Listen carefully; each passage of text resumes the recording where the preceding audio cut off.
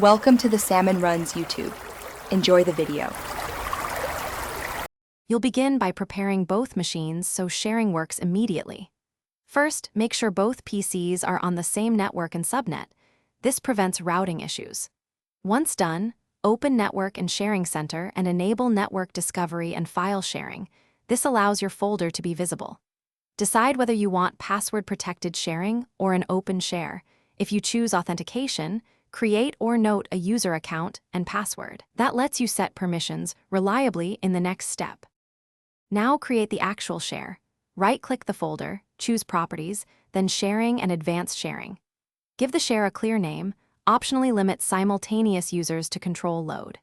Click Permissions and assign read or change or full control to specific users or groups.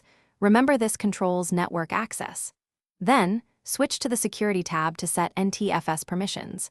Make sure share permissions and NTFS permissions don't conflict, because Windows enforces the most restrictive of the two.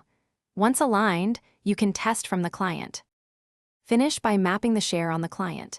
In File Explorer, choose Map Network Drive and enter // hostname / share name, or use the host IP like / 192, 168, 110 / share. If you enabled password protection, select Connect using different credentials and supply that user account. Check Windows Credentials Manager if login fails.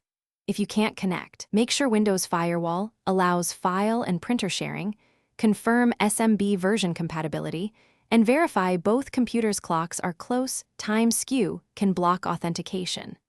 That single check often fixes stubborn access errors. Thanks for watching. Consider subscribing if we helped you.